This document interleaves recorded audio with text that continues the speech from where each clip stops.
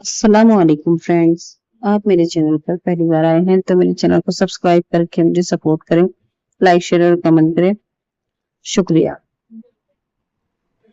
जतिन की car school के gate के पास पहुंची। जतिन गाड़ी से उतरने से पहले अपना बैग और बोतल संभाल रहा था।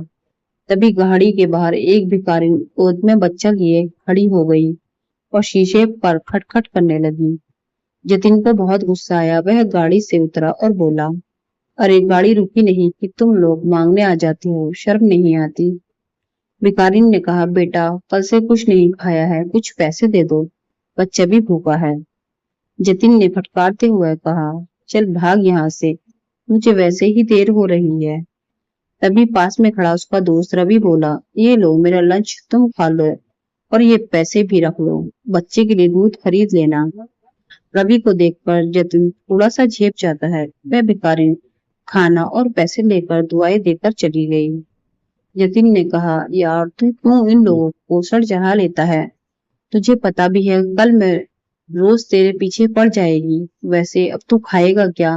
खाना और पैसे तो तूने उसे दे दिए है। रवि बोला, हम जिस लायक हैं हमें औरों की मदद करनी चाहिए। आज का लंच तेरे टिफिन में से खा लूंगा, क्यों नहीं खिलाएगा क्या? ये सुनकर जतिन जोर से हंस पड़ा। उसे देखकर रवि भी हंस पड़ा। फिर दोनों अपनी क्लास की ओर बढ़ गए। अगले दिन से रवि ज्यादा खाना लाने लगा और उस भिखारिन को देने लगा। जतिन को ये सब पसंद नहीं था। एक दिन उसने रवि से फिर बात की, यार तेरे पर कैसे पैसे फालतू हैं क्या जो इन लोगों पर लुटाता रहता है?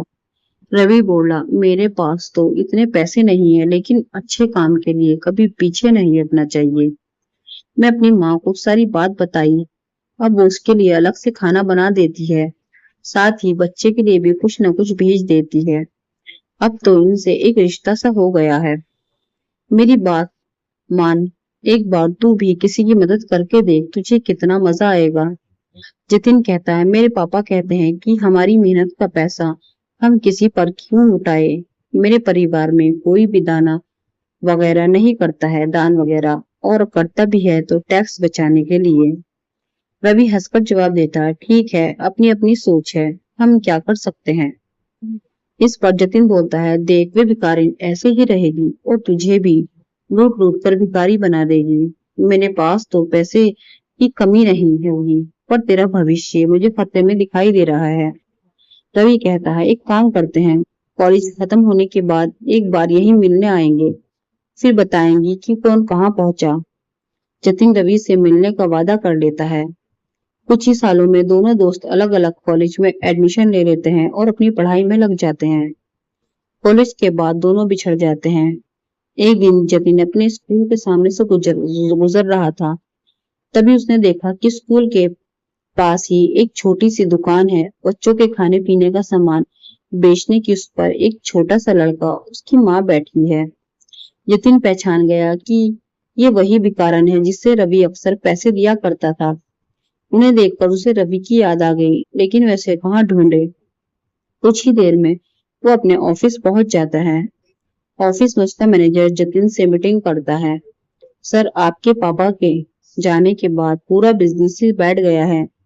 एक गलत साइट पर बिल्डिंग बनाकर सारा पैसा डूब गया। अब एक प्रोजेक्ट है, अगर हमें मिल जाए तो हम काम बन सकता है, वरना 2 महीने में कंपनी और घर दोनों नीलाम हो जाएंगे।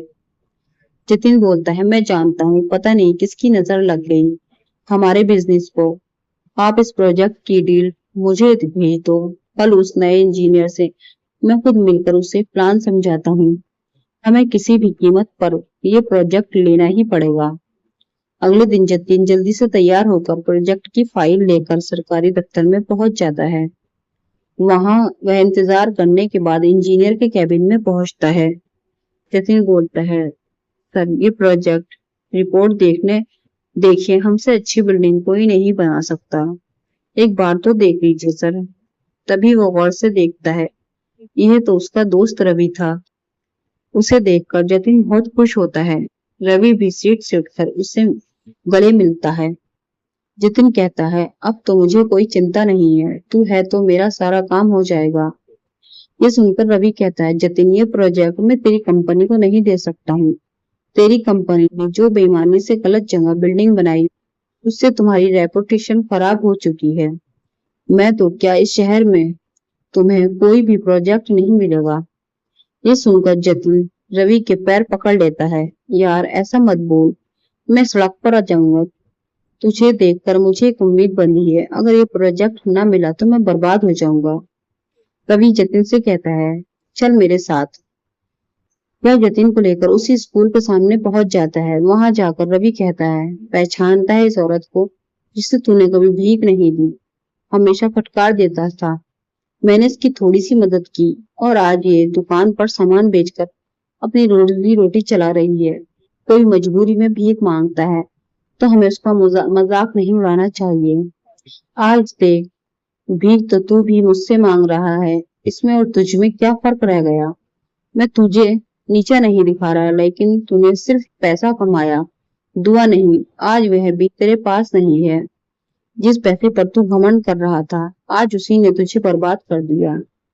ये सुनकर जतिन की आंखों से आंसू बहने लगे। वह बोला, हाँ तू ठीक कह रहा है, मेरे परिवार ने कभी किसी की मदद नहीं की, यही शिक्षा उसने मुझे दी। रवि जतिन को लेकर उसी दुकान पर पहुंच जाता है। वह औरत उन्हें देखकर उनके पास आ जाती है। भैया आप आइए, बैठिए, मैं भी आपके लिए कुछ लाती हूँ। रवि बोला, नहीं माँ जी, मैं तो बस आपसे मिलने आया था, कोई परेशानी तो नहीं। वह औरत बोली, भैया आपके कारण हम भिखारी की जिल्लत से बाहर निकल आए। मेरा बेटा भी स्कूल जाता है, यहीं पास ही में हमने एक कमरा किराए पर लिया है। मैं अपने बेटे को पढ़ाकर आपके जैसा अफसर बनाना चाहती हूँ। पूरी जिंदगी भी लगी रहूं तो आपका एहसान नहीं चुका सकती। उनसे मिलकर जतिन को भी अच्छा लगा। वहां से कुछ दूर जाकर वह बोला, रवि अब मैं किसी भी से भीख नहीं मांगूंगा, नए सिरे से शुरुआत करूंगा, ईमानदारी से और अपनी कमाई का कुछ हिस्सा दान जरूर करूंगा। रवि बोला, अगर तू सच्चाई और ईमानदारी की बात करे तो ये प्रोजेक्ट मैं तुझे दिलवा सकता हूँ।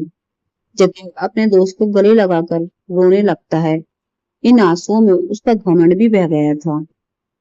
फ्रेंड्स, आपको कहानी पसंद आई है तो मेरे चैनल को सब्सक्राइब करें, लाइक शेयर और कमेंट करें।